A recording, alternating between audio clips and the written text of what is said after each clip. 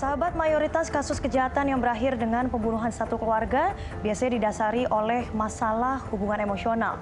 Banyak faktor yang memicu seseorang bisa berbuat keji, mulai dari sakit hati, dendam, hingga amarah yang tak bisa diredam. Sederet kasus pembunuhan keji seperti ini tak jarang pelakunya adalah orang dekat korban. Laporan ini sekaligus menutup perjumpaan kita kali ini. Tetap saksikan program Tembak Crime setiap Senin pukul 23 waktu Indonesia bagian Barat hanya di RTV. Saya Stefani Devesta, salam Tembak Crime, Bedumpas Kejahatan.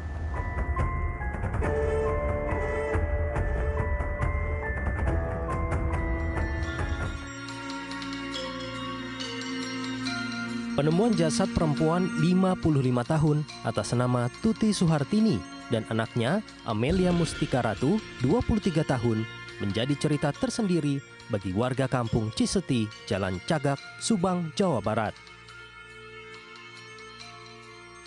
Bagaimana tidak, jasad ibu dan anak ini ditemukan di tempat dan waktu yang sama, yaitu di bagasi mobil mewah di parkiran rumah mereka sendiri. Teka-teki mengenai penyebab tewasnya ibu dan anak ini sempat membuat warga serta pihak keluarga penasaran. Banyak yang mengira mereka adalah korban perampokan. Namun setelah polisi melakukan olah tempat kejadian perkara, terkuak fakta baru bahwa keduanya murni korban pembunuhan.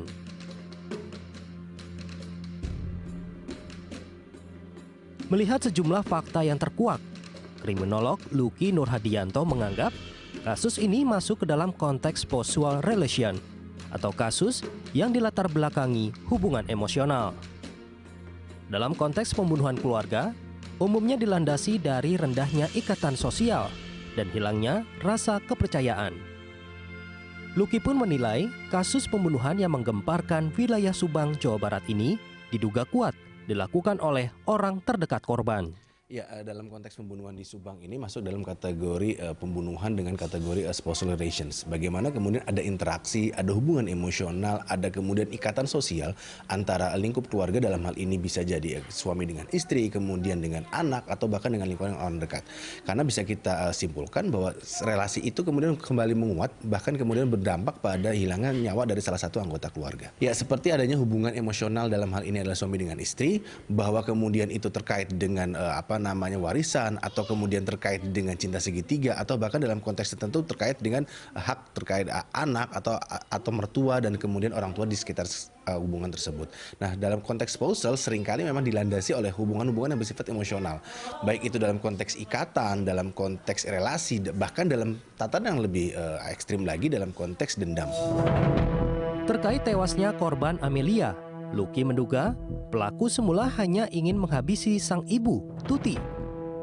Namun pelaku kemudian juga membunuh Amelia karena takut perbuatannya diketahui. Seringkali anak bisa menjadi kunci ya, dalam hal ini dia menyaksikan, terus kemudian dia mengamati. Yang ketiga adalah dia akan berbicara kepada pihak lain yang akan membongkar pelaku secara dalam jati dirinya.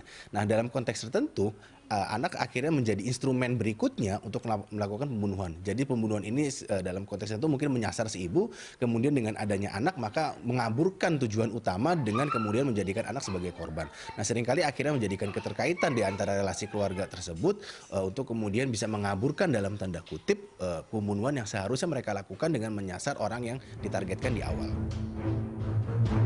Dari kasus pembunuhan ibu dan anak di Subang, Jawa Barat ini dapat diambil pelajaran mengenai pentingnya upaya pengendalian diri dan emosi dalam mengatasi konflik yang hubungannya emosional dengan orang terdekat. Jangan sampai hanya karena emosi sesaat justru memilih jalan pintas untuk melakukan tindakan kejahatan hingga menghilangkan nyawa orang lain. Dari Jakarta, Salsabila Alkatiri, Sri Asih Rizky, Tembak Crime, RTV.